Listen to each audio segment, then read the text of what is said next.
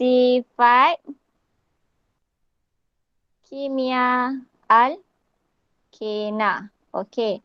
Untuk sifat kimia alkena, kita boleh tengok dekat sini sifat kimia alkena lebih reaktif berbanding alkana. Kenapa? So yang ini lagi banyak kita boleh buat sebab dia wujud ikatan ganda dua. So ada ikatan ganda dua ni. Bila ada ikatan ganda dua, maksudnya dia lagi reaktif. Ada macam-macam benda yang kita boleh buat dekat dia. So dekat sini sifat kimia alkana kita boleh bahagikan kepada 3 lah. Okey. So sifat kimia alkana yang pertama kita boleh lakukan tindak balas pembakaran. Okey. Pembakaran. Kemudian kita boleh penambahan, tindak balas penambahan. Okey, dan akhir sekali ni sama juga penambahan tapi penambahan pempolimeran. Pempolimeran. Penambahan. Okey. Pempolimeran penambahan. So maksudnya daripada alkena, kita boleh jadikan dia sebagai polimer. Okey. Untuk tindak balas pembakaran ni dia lebih kurang macam tindak balas pembakaran alkana. Dia ada pembakaran lengkap dan pembakaran tak lengkap dan hasil dia pun sama. Cuma yang bezanya adalah dia punya mol dia. Okey. So contoh pembakaran untuk alkena kita guna untuk C2H4 lah. C2H4. Okey. Hasil dia sama. Bila kita tindak balaskan dengan gas oksigen, dia tetap akan menghasilkan karbon dioksida dan juga air. Okey. Cuma dia punya persamaan seimbang tu akan berbeza sikit lah. So persamaan dia kalau kita seimbangkan dia akan jadi sini 2. Okey. Kemudian lagi 2 kat sini. So 4, 5, 6 kat sini 3. So pembakaran dia macam ni lah. Yang ini kalau pembakaran yang lengkap. Okey. Kalau pembakaran yang tak lengkap sama juga bila bekalan oksigen tak cukup.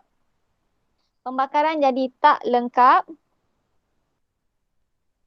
Dan hasil daripada tindak balas pembakaran tersebut tetap akan menghasilkan gas karbon ataupun karbon monoksida. So sebenarnya kat sini bila pembakaran yang tak lengkap berlaku, yang ini yang boleh menghasilkan gas yang berbahaya untuk kesihatan ni. So gas yang beracun contoh macam gas karbon monoksida. Sama juga tambah H2O. So gas karbon monoksida. So gas ni gas yang beracun. Sama juga kalau macam pembakaran minyak untuk kenderaan. So kalau pembakaran tu jadi tak sempurna, okey, kita akan nampak exhaust tu akan berjelaga lebih daripada biasa. So maksudnya kat situ dia dah menghasilkan satu gas yang tidak sihat lah. Gas yang beracun. Okey, untuk pembakaran settle. Sebab kita akan cakap lebih untuk tindak balas penambahan sebenarnya. Sebab tindak balas penambahan ni kita ada 5. Ada macam-macam kita boleh buat. Sebab tindak balas penambahan contoh kita ada, cikgu lukis kat sini C. Okey, kita ada H, H, H, H. Penambahan ni sebenarnya apa yang kita buat adalah kita akan padam atau kita akan break satu bond. Okey, bermaksud dia akan ada lagi 2 ekstra tangan. So dia akan ada 2 lagi ekstra bawah ni. Okey, apa yang boleh masuk dekat sini? Kalau cikgu lukis nak bagi senang nak nampak macam ni lah. Sekejap cikgu padam dulu. Okey. So sini H. So sekarang ni apa 2 yang kita nak masukkan dekat bawah ni? So macam-macam yang kita boleh masukkan sebenarnya. So asalnya kita ada Patutnya cikgu lukis. Lukis. Hmm, asalnya kita ada macam ni, betul tak? Okey, bayangkan asalnya kita ada macam ni. Kalau kita padam dia punya ikatan ganda 2, so tinggal 1, maksudnya kita ada 2 ekstra tempat kosong. Kita ada 2 ekstra tempat kosong dan apa yang kita boleh tambah dekat sini? Okey. So itu yang kita akan belajar untuk penambahan. So dekat penambahan ni ada 5. Ada 5 penambahan yang kita boleh buat. Okey. So untuk pempolimeran penambahan, so cikgu akan explain kejap lagi. Kita akan masuk dahulu untuk tindak balas penambahan. Okey. Boleh? Boleh go tak ni? Boleh. Boleh. Okey. So, kita masuk untuk tindak balas penambahan. Okey. So, penambahan.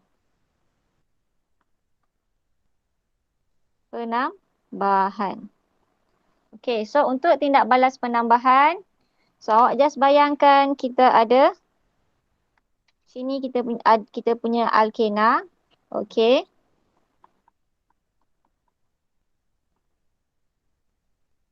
Okey, so bila penambahan kita akan putuskan ikatan ganda 2, jadikan dia satu sahaja. Antara C dengan C, satu ikatan sahaja. Okey. Jadi kita ada 2 tempat kosong untuk kita masukkan. So ni tempat kosong ni apa yang kita boleh masukkan? Okey. So dekat sini apa? Okey. So Hidrogen. yang pertama kita boleh masukkan hidrogen. Okey. So kita pergi pada yang pertama. Kita pergi dekat sebelah sini dulu lah. Okey. So yang pertama kita boleh masukkan. So cikgu lukis siap-siap lah. Cikgu lukis 5 terus sebab ada 5. Okey. Okey. So ni yang pertama. Yang kedua. Kita akan tengok satu-satulah.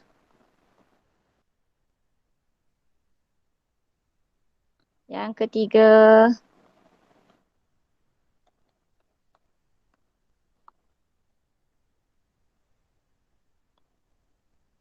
Okey, yang keempat.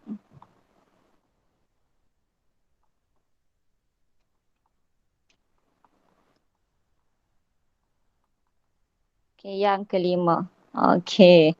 Banyak nak kena ingat. Tapi sebenarnya kalau awak ingat nama pun awak boleh tahu apa yang masuk. Okey. So untuk yang pertama, okey. Untuk yang pertama ni kita boleh masukkan hidrogen. Okey, so maksudnya dekat dua-dua tempat kosong ni, dua-dua hidrogen yang masuk. Okey, so bila dua-dua hidrogen yang masuk, nama dia adalah penghidrogenan. Penghidrogenan. Okey, penghidrogenan. So, untuk tindak balas, selain daripada nama, apa yang masuk, awak kena tahu reagen apa yang dia guna. Supaya tindak balas penghidrogenan ni boleh berlaku. Okey, untuk tindak balas penghidrogenan ni, dia perlukan gas hidrogen. Sebab kita nak masukkan hidrogen kan? So, maksudnya dia perlukan gas hidrogen. Okey, dia perlukan gas hidrogen, dia perlukan Ni. Okey, nikel. Ini adalah mangkin. Okey. Mangkin, nikel dan suhu 180 darjah Celsius. Okey. So itu untuk tindak balas penghidrogenan. So bila penghidrogenan dua-dua masuk hidrogen. Okey. Tindak balas yang kedua, kita boleh buat penghalogenan. Penghalogenan. Okey. Daripada nama tu sendiri awak tahu. Penghalogenan. Halogen. So maksudnya yang masuk pada kedua-dua ni mestilah halogen. Okey. So halogen contoh kita ambil klorin dengan klorin. Klorin dengan klorin ke, bromin dengan bromin ke, tak ada masalah. Okey. So tindak balas yang ini. Tindak balas penghalogenan. Okey, kalau tindak balas penghalogenan apa yang diperlukan? kita perlukan halogen dia tu. Betul tak? Yang ini simple. Pada suhu bilik pun boleh berlaku. Okey. So yang ini seperti klorin, bromin pada suhu bilik. Contoh apabila kita ada gas etena. Okey. Kita tindak balaskan dengan, kalau sini cikgu tulis klorin, dia mestilah bertindak balas dengan gas klorin. Kalau yang masuknya bromin, mestilah bertindak balas dengan gas bromin. Okey. Yang ketiga. Okey. Yang ketiga, tindak balas hidrogen halida. Penambahan hidrogen halida. Okey. So sebenarnya dia punya trik. Dekat sini dia ada nama. Hidrogen maksudnya satu hidrogen yang masuk. Halida maksudnya satu sebelah lagi mesti halogen yang masuk. Satu hidrogen, satu halogen. Halida tu maksudnya halogen. Okey. So contoh kat sini satu, conteng. Okey. Contohnya dekat sini, sini hidrogen. Sini halida ni contoh kita boleh jadi fluorin, klorin, bromin. Okey, paling common bromin dengan klorin lah. Okey. So hidrogen. So sebelah masuk hidrogen, sebelah masuk halogen. Kalau penghalogenan, dua-dua masuk halogen. Kalau penghidrogenan, dua-dua masuk hidrogen. Kalau hidrogen halida, maksudnya satu hidrogen, satu halogen. Okey. So dekat sini, sekejap. Okey. So dekat sini, apa reagen yang diperlukan? Okey. So dekat sini kita perlukan dia punya, kalau kita nak masukkan Cl, mestilah kita guna HCl. HCl. Okey. Kalau kita nak masukkan H dengan Br, kita gunalah HBr. Tapi dekat sini kita kena guna kering. Ni dalam keadaan. Ini adalah gas hidrogen klorida kering. Okey, ini hidrogen klorida klorida kering. Okey. Okey. Cikgu nak tanya, apa beza hidrogen klorida dengan asid hidroklorik? Siapa tahu apa beza hidrogen klorida dengan asid hidroklorik? Ada idea tak? Asid hidroklorik tu dalam bentuk cecair. Dalam cecair aqueous. Yang lagi satu tu gas. Yang lagi satu ni gas dalam keadaan kering. Okey, betul. Asid hidroklorik, kita tengok balik, itu adalah asid. Bila asid, dia cuma akan tunjuk propertiesnya bila dengan kehadiran air. So, bila ada kehadiran air, so dia dalam keadaan aqueous. Okey, so baru kita panggil dia sebagai asid hidroklorik. Tetapi kalau dalam keadaan kering, okey, so kita panggil dia sebagai hidrogen klorida. Okey, itu tindak balas yang ketiga. Kemudian kita ada tindak balas yang keempat. Okey. Tindak balas yang keempat, nama dia adalah penghidratan. Okey. So ini adalah penghidratan.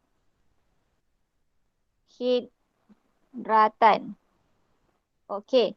Penghidratan. Okey, daripada nama penghidratan, selalu dengar hidrat kan? So penghidratan ada kaitan dengan air. H2O, air. So dekat sini, yang akan masuk H2O dia mesti satu H, satu OH. So dekat sini satu H yang masuk, satu lagi masuk OH. Okey. So itu penghidratan. Okey. So penghidratan syarat dia okey. Dekat sini dia ada reagen tertentu yang awak kena ingat untuk tindak balas penghidratan. Syarat yang pertama dia kena ada air lah. Kan? Nama pun penghidratan. So dia mesti ada air. So dia mesti ada H2O, okey, air. So yang ini steam. Okey. Kemudian dia menggunakan asid fosforik H3PO4. Okey, so yang ini adalah mangkin. Okey, mangkin suhu 300 darjah Celsius, tekanan 60 atm. Okey. Kau nak kena ingat So kalau dia cakap tindak balas penghidatan, apakah dia punya keadaan? So awak kena tulis, kena tahu keadaan dia mesti 300 darjah Celsius dan 60 atm dan kehadiran mangkin asid fosforik. Kalau tanya pun dia tanya kata satu rasanya. Kata satu dia cakap okey, antara tindak balas berikut yang manakah memerlukan reagen seperti dat. Okey. Yang itu nombor 4 dan last sekali. Okey. Yang ini kita boleh buat tindak balas pengoksidaan. Pengoksidaan. Okey, tindak balas pengoksidaan. So, bila tindak balas pengoksidaan, dia akan memerlukan ejen pengoksidaan. Dan ejen pengoksidaan yang digunakan kat sini adalah KMNO4.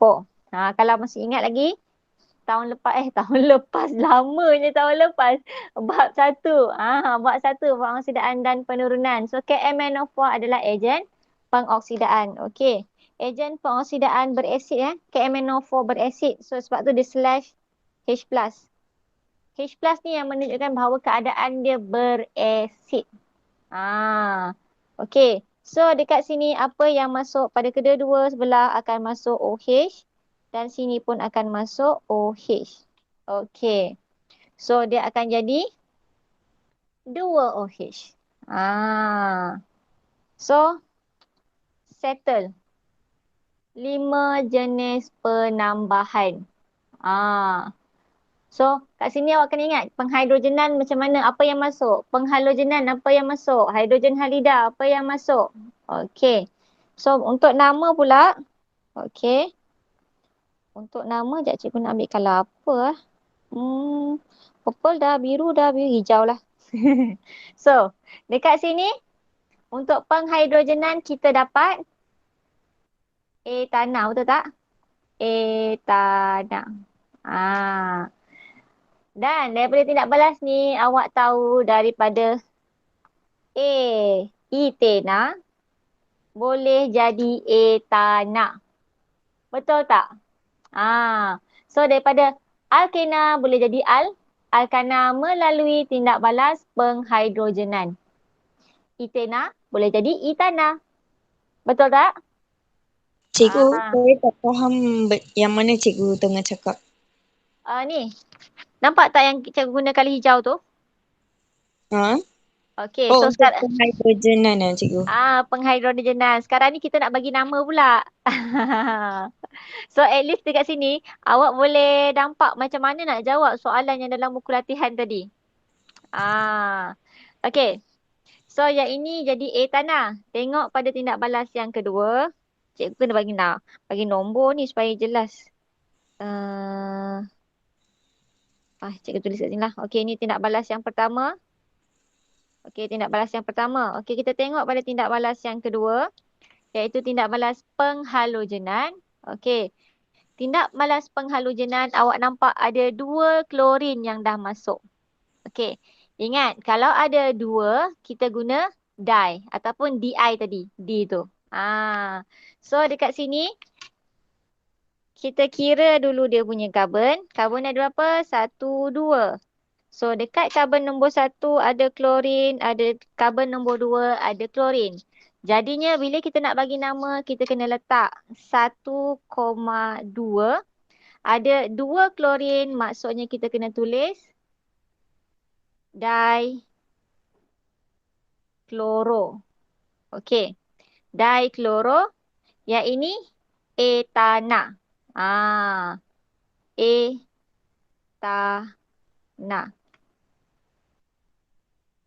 Okey. Nampak tak?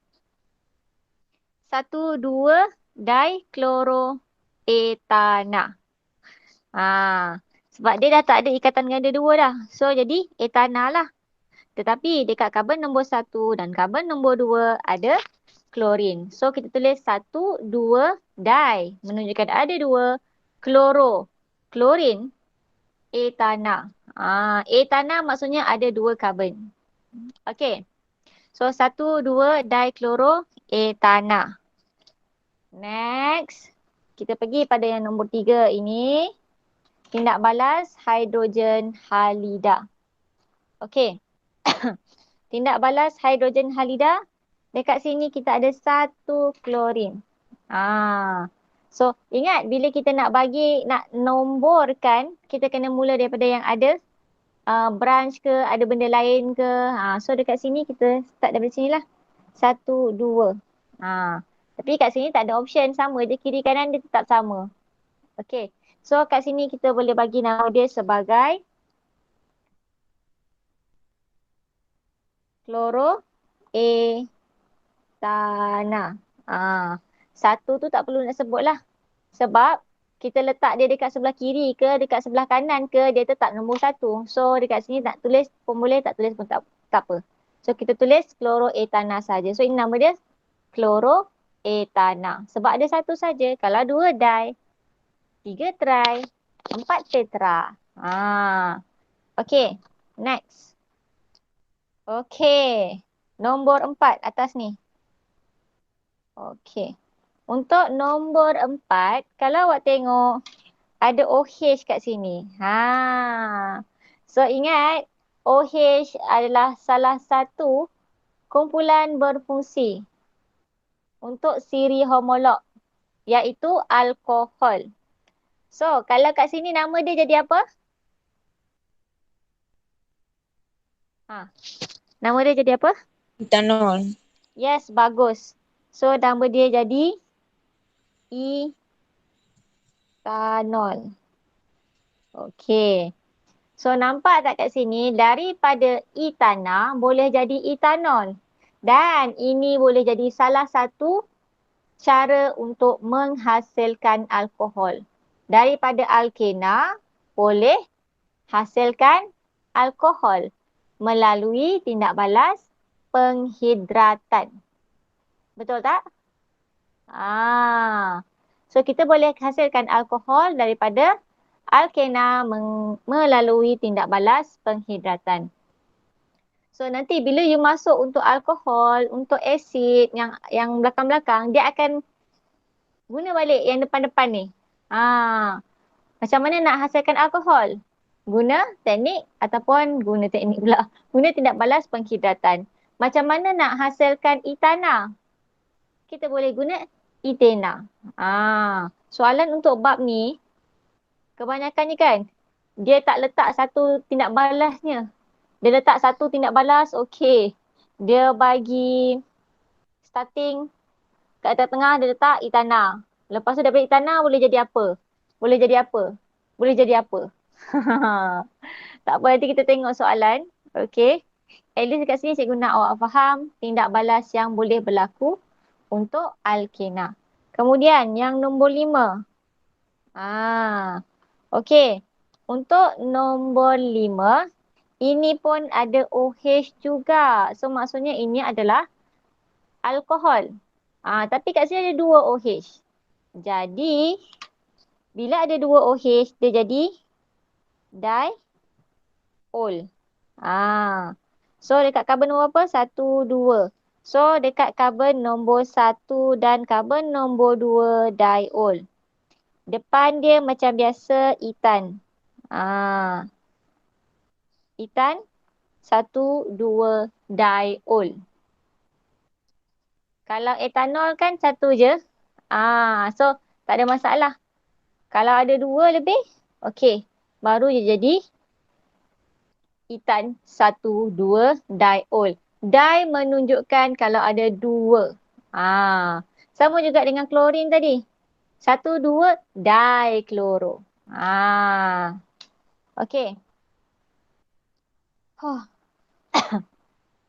Dan akhir sekali sebelum kita habis untuk yang topik hari ni lah. Ya, penyediaan alkohol tu kita sambung next. Tapi kita masuk untuk tindak balas pempolimeran.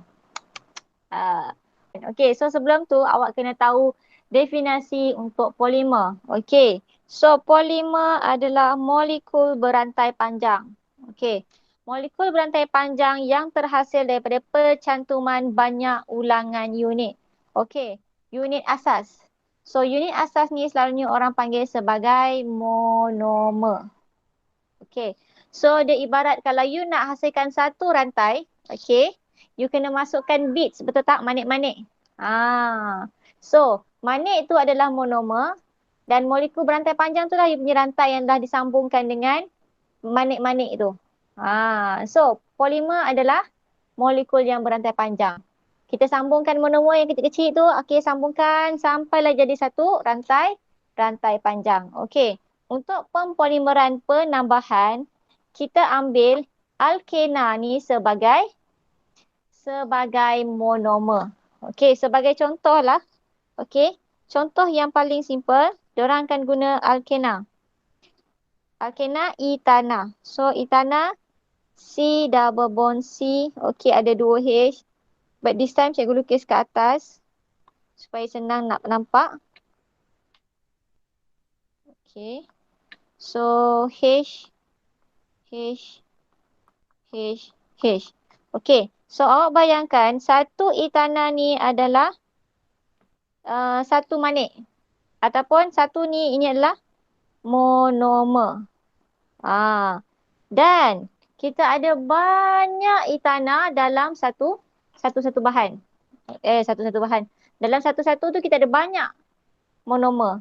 Contoh cikgu ada satu bekas manik. Banyak manik dalam tu. So monomer ni, etana ni ada banyak. So ada banyak. C, C, H, H, H, H. Ada lagi. Banyak sebenarnya. Tet. Banyak. So bila monomer ni kita tidak balaskan, ini tambah ni, tambah lagi, dat. Sini tambah lagi, dat. Okey. So, pempolimeran penambahan apabila monomer ni bertindak balas, okey, ikatan ganda dua ni terputus. Okey, ikatan ganda dua ni terputus. Okey, dan dia membentuk ikatan antara monomer etana ni. Dan sebagai hasil tindak balas, okey, kita akan dapat satu rantai panjang C, C, C, C. 1, 2, 3, 4, 5, 6. C, C. Ini sambunglah. Dia pun sambunglah. So dia jadi satu rantai panjang. So rantai panjang inilah kita punya polimer. Polimer penambahan simple saja. So ini diorang mengalami tindak balas pempolimeran.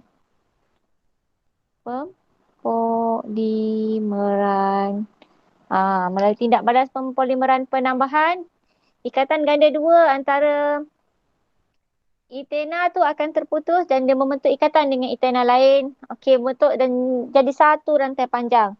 So yang ini kita punya polimer.